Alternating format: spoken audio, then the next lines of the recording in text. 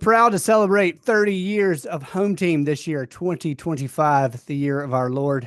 We are launching this podcast to explore the birth, the philosophy, and the tall tales told by Home Team the world over. And it is my great pleasure to introduce the president, janitor, and CEO of Waldo Street Pottery, Mr. Eli Akins, also known as EROK 173, who is a co-founder of the original Home Team. Eli, how are you, sir? Good, Russ. How you doing, buddy? I'm great. Thanks for coming on. This is going to be fun. We're going to have lots of episodes exploring Home Team. So let's set the stage for the birth of the Home Team in 1995 in Athens, Georgia. Athens music scene is crushing it. REM's buying up all the buildings downtown. Widespread Panic is fresh off of Ain't Life Grand. The Georgia Theater is boasting, everybody and their brother, the Leftover Sam and the Funky Meters, and a new band called Government Mule. The Classic Center is brand new. Widespread Panic plays a two-night Halloween run, 1995. First show, I believe, at the Classic Center. And in that same weekend, which was Halloween weekend, we had the Georgia-Florida game in Athens, and the Braves took the pennant. So what was Athens like for you in 1995? Or where were you? In 1995, I was in Atlanta, so I was visiting Athens a lot and visiting the team over there. There was a house full of home teamers. You know who you are. Lee and you and Arnold and so many others. So just a visit was fantastic, and the shows were amazing, and just a great place to be. Yeah, that was the house that I remember as well. That was a fun time. So when I was first introduced to Home Team, it was through the taping community. Tell me about that. The taping community? Well, it was basically a launch pad for the rest of my life. I just got introduced to audio through taping, and it was because the music was moving me and we all wanted some part of it. So documentation became an essential part of the experience for many of us. And I was right there in the midst of it. Fortunately, I was in Valdosta, and the Grapes had a stronghold down there. Playing shows at JP's, and they attracted the Odie brothers from Thomasville, which was 45 minutes away. And that's where the whole audio thing for me. I went from taking my home cassette deck and patching off the board to getting into the microphones and the DAT players and all that kind of thing. What a great time. Yeah, Odie brothers were definitely Home Team for sure. Absolutely. I am looking back at something that JT Lucchese wrote. It's called Home Team, a Hazy Recollection. So I'm gonna read the first part of this and tell me about your interpretation of this. Okay.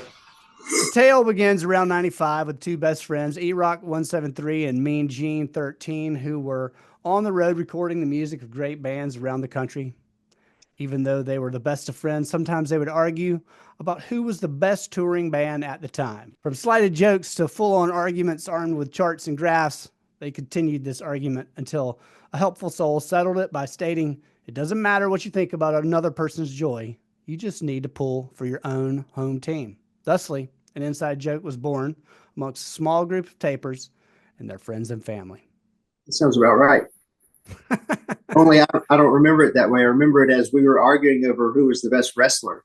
Was it Dusty Rhodes or Ric Flair? Woo! Yeah. You all pick for yourself. The American Dream, for sure. That's right. That's a tough call. Yeah. That's the Tower of Power, too sweet to be sour. That's so good. So tell me about how you met Gene. Totally through taping.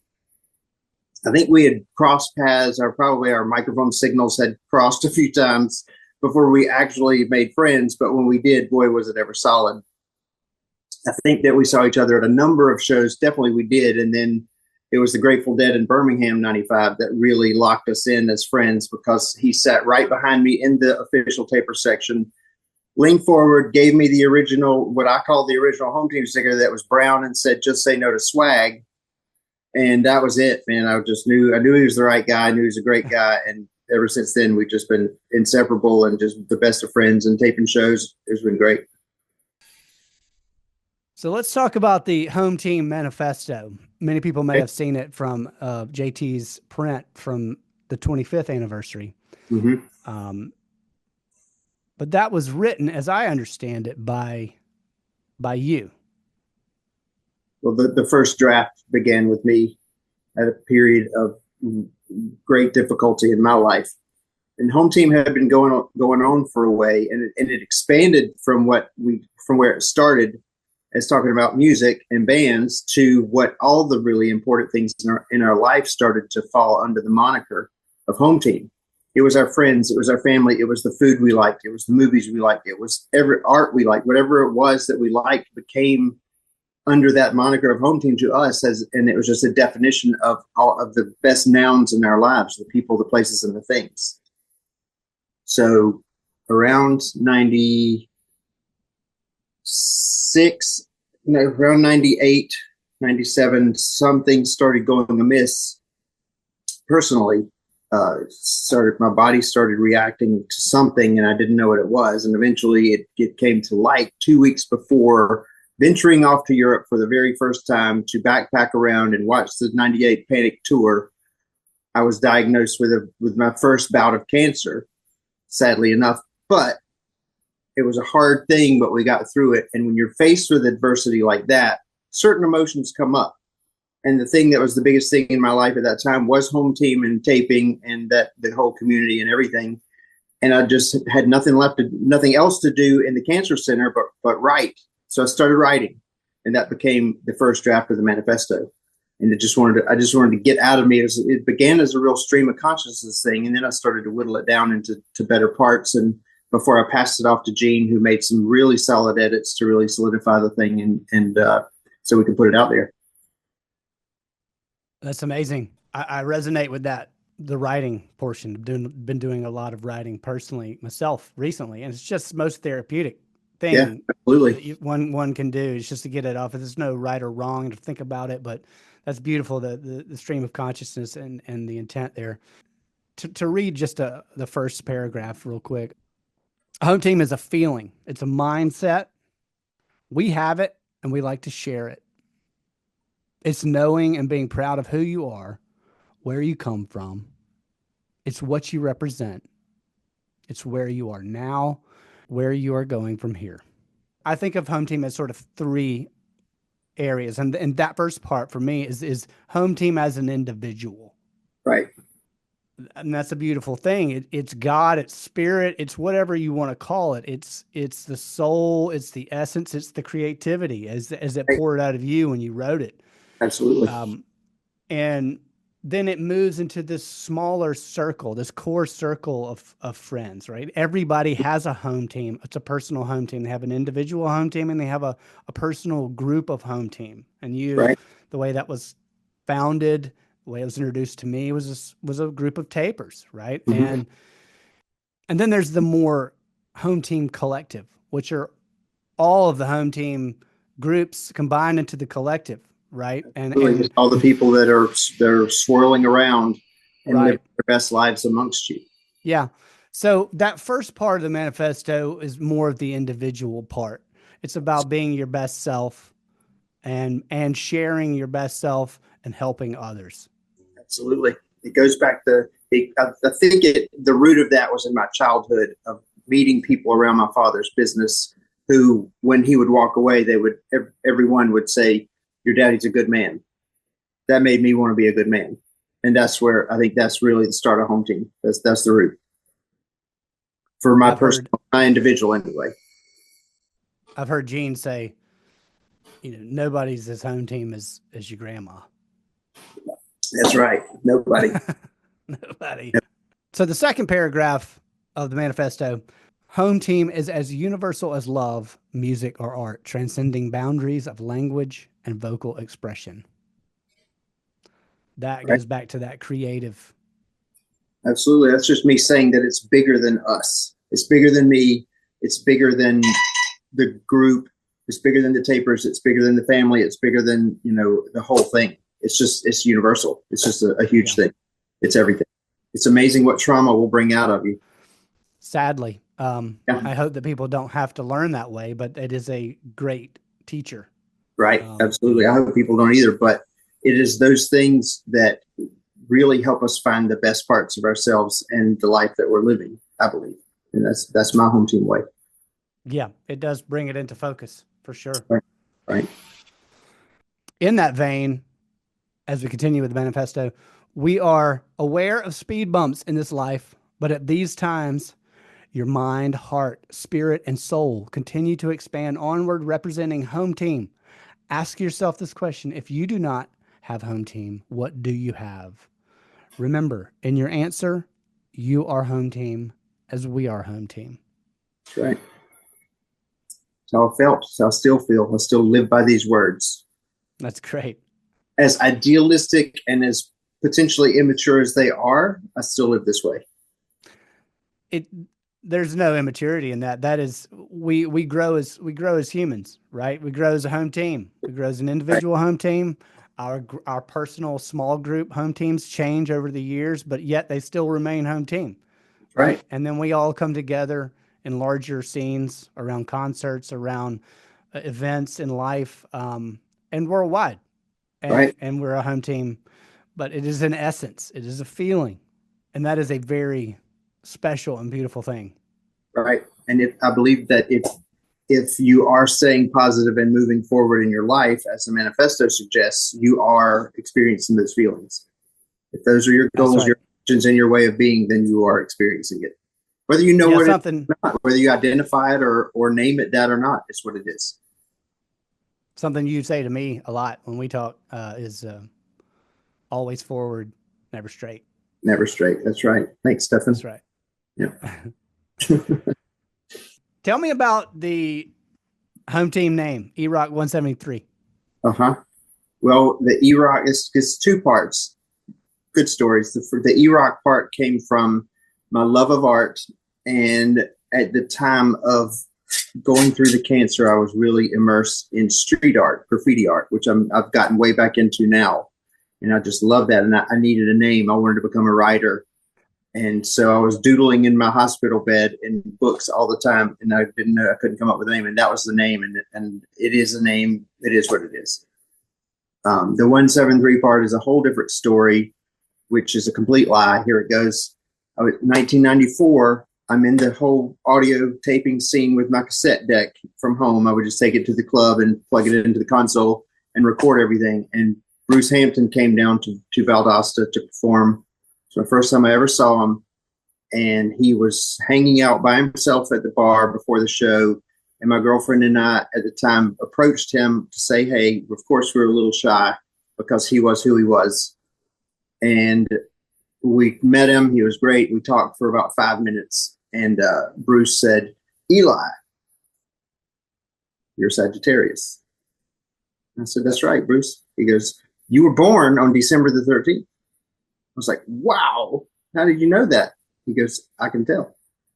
He said, you were born on December the 13th at 3:15 in the morning. Mind blown. He guessed my time of birth. Who is this person?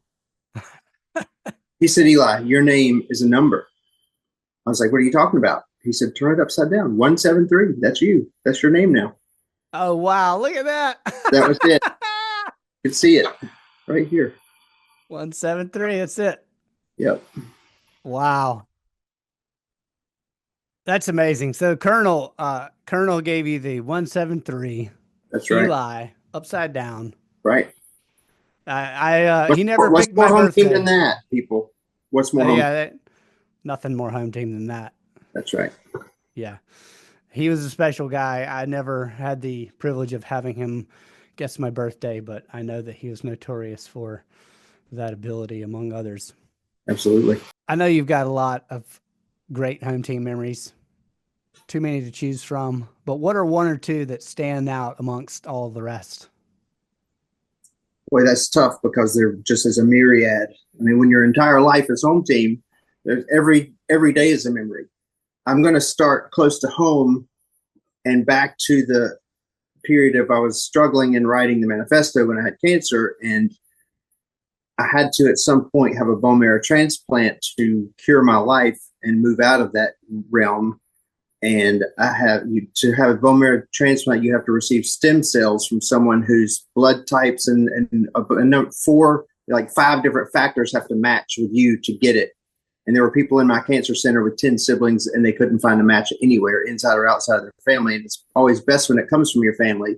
I have two older brothers, both who are my heroes of my lifetime.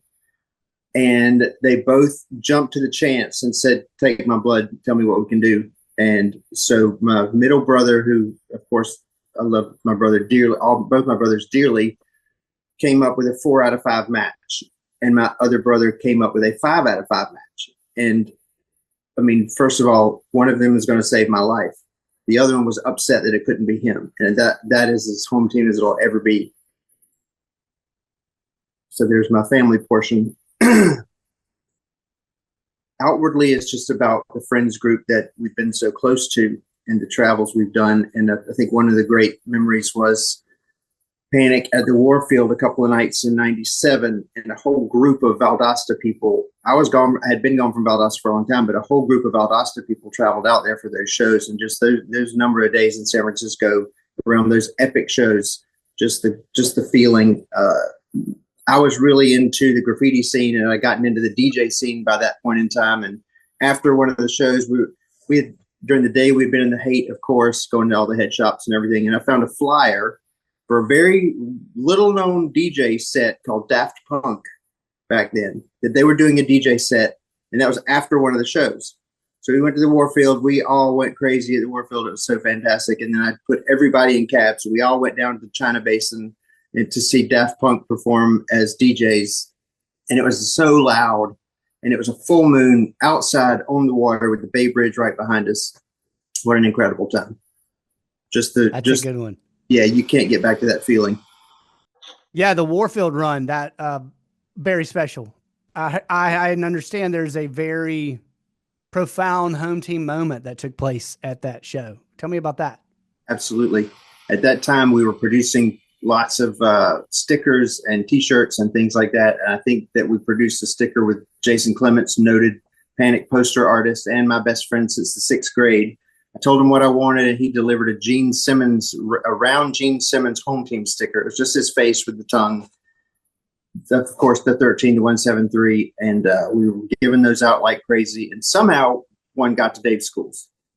So we didn't know it, but he put it on the back of one of his modulus basses. And at the Warfield shows, nobody knew it was there until the end of the show. And Dave flips up the back of his bass, shows it to the audience, and people went crazy. What is this? What is that? What is this? And that's exactly what we wanted. And that came to me from the graffiti scene, the Obey Giant kind of thing. What is this? What is Andre the Giant Has a Posse? And that's how it really ignited and took off and gained the wings and legs that it has had and gone so far. Yeah, it is amazing how the wings, and there are certain moments as you go along in a path, in a journey, that it exponentially grows, right? And that was one of them. Aren't you just taken back and so impressed with where it's gone now? Absolutely. The point of monetizing it for us was never the point. We didn't ever copyright it. We never trademarked it, anything like that. And it was suggested all along, you should copyright this. You should trademark this. You should keep this as your own. No, that's not what it's about. It's not about capitalism. For me and my home team anyway, it's not about capitalism or greed or anything like that. But many people have monetized it and done very well for themselves, and that's not a problem. I'm not dissing that at all. I'm very proud that people have done that, from the barbecue stands to the publicity, to the graphics, to the real estate, all kinds of things. And it's just fantastic that people would take that positive thinking into their lives and into their careers. Really fantastic. I really considered, when I started Waldo Street Pottery, I did so because it's on Waldo Street, and I really had toiled over it. It's like, should I be home team pottery? Should I be home team pottery? And it didn't ring. Home team pottery just didn't roll off my tongue the way I wanted it to. So I thought to myself, home team's all about staying positive and moving forward. If I call this home team, that's not necessarily moving forward. So I thought about it. Waldo Street Pottery, WSP, Widespread Panic. Oh my God, it's still a home team and I can do whatever I want. That's it. That's it. That's it. Yeah, when I started Home Team FM, that's exactly the idea I wanted. I wanted it to be a community. I wanted it to be community based. I wanted it to live off the NPR sort of model of which, donations pay to keep it on the air. I don't need to make any Right. money. I love doing it, Right.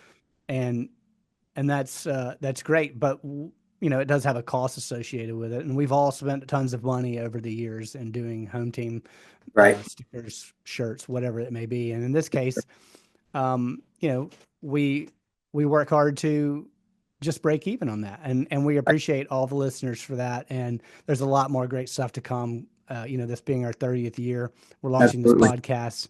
And what you've done, We're gonna providing a place to stream the utmost in quality music at any point in time that you want to, is really great. Very much appreciated of you, Russ. Yeah, welcome, very welcome. Which Yeah. which is a parlay back to something you did a long time ago on the lot. Tell me about that. You talking about the pirate radio that you I'm operate? talking about lot radio. Yeah. Right on. Well, I was working. I'd been to audio school. That was where the Odie brothers launched me, from cassette taping to microphone and DAT taping to, I got a further interest in audio. And my brother, Red Akins, had moved to Nashville to be a country music artist, which was completely exciting. Who would have known that anybody could do that? But he did. So he went and did it. So my dad and I went to Nashville and went to the studio while Rhett was recording. And I had been a drummer for a long time, and the drums didn't pan out for me. I just didn't feel like I was good enough to continue, so I gave it up. But I still had a huge interest in music. So we're watching this recording take place, and I see the engineer sitting behind the console. I'm like, wow, that guy's playing every instrument. He's got control over everything happening in this music. It's kind of amazing. And that rung true to me, that I'd taken some test with my guidance counselor in school that told me that I needed a career that was both technical and creative. And I was like, bing, there it is. I see what I need to be doing. So I talked to the engineer. I said, how do I learn how to do this? He said, you need to go. He said, where do you live? I said, in Valdosta, Georgia. He said, oh, that's near Orlando. Go to Full Sail. So the next week, my dad and I drove to Full Sail, checked it out, and in no time at all, I was in that school. Wow. Your guidance counselor said you need to be Home Team. That's what he said. So back on, I almost lost the story there, but back on the case, after school, I moved to Atlanta because that's where my girlfriend was at the time. So I moved, and there was going to be no good audio in Valdosta, Georgia. I had to move to where the music was. So Atlanta was a good place to be. I found a studio that was very into the Grateful Dead and that kind of music, and became an intern there. And the studio was owned by a Vietnam veteran, very solid, huge Deadhead, wonderful hi-fi system at home that we would listen to Dead shows on. And he was a ham radio guy, and he knew ham radio in and out. He built his own everything for ham radio. And I was talking to him about things, and he suggested, would you like to build a pirate radio station? I was like, of course I would. Are you kidding? You don't even have that. So he went one step further of building the antenna and building the module that would broadcast. And he built it where it would fit onto a tow hitch on my car. It would screw onto a tow hitch with a thread. So I would end up in lots of Panic shows. And that was back when the lots weren't very big. It was mostly tapers in the lot. We're talking 12 or 20 cars max.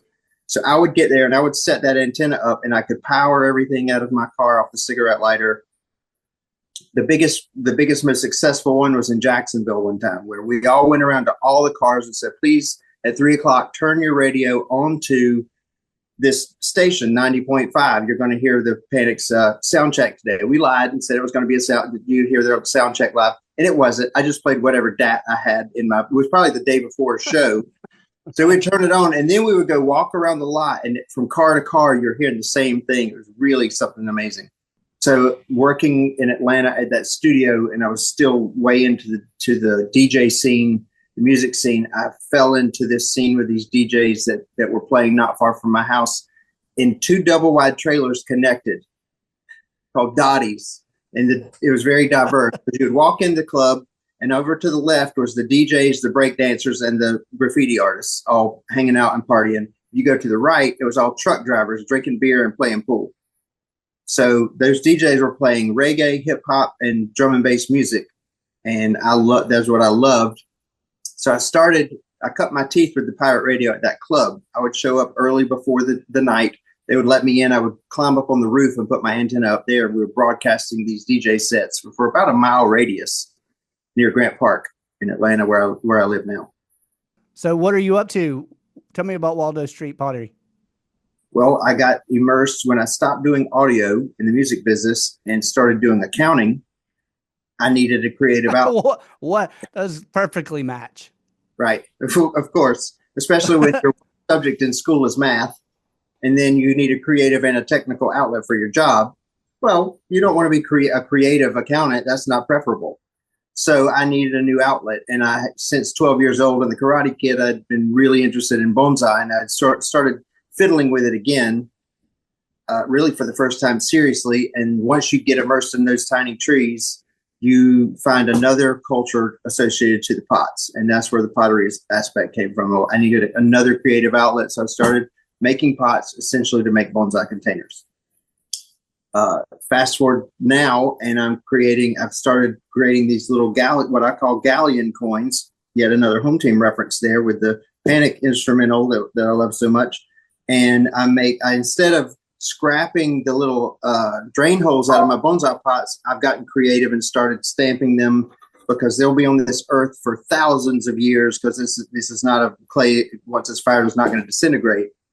And right now, I'm immersed in the 30-year home team coins. And people can wait for me to do my drops. I'll do them as soon as I can fire the kilns and have enough made. But I'm releasing them in batches of 13 to commemorate Mr. Mean Gene.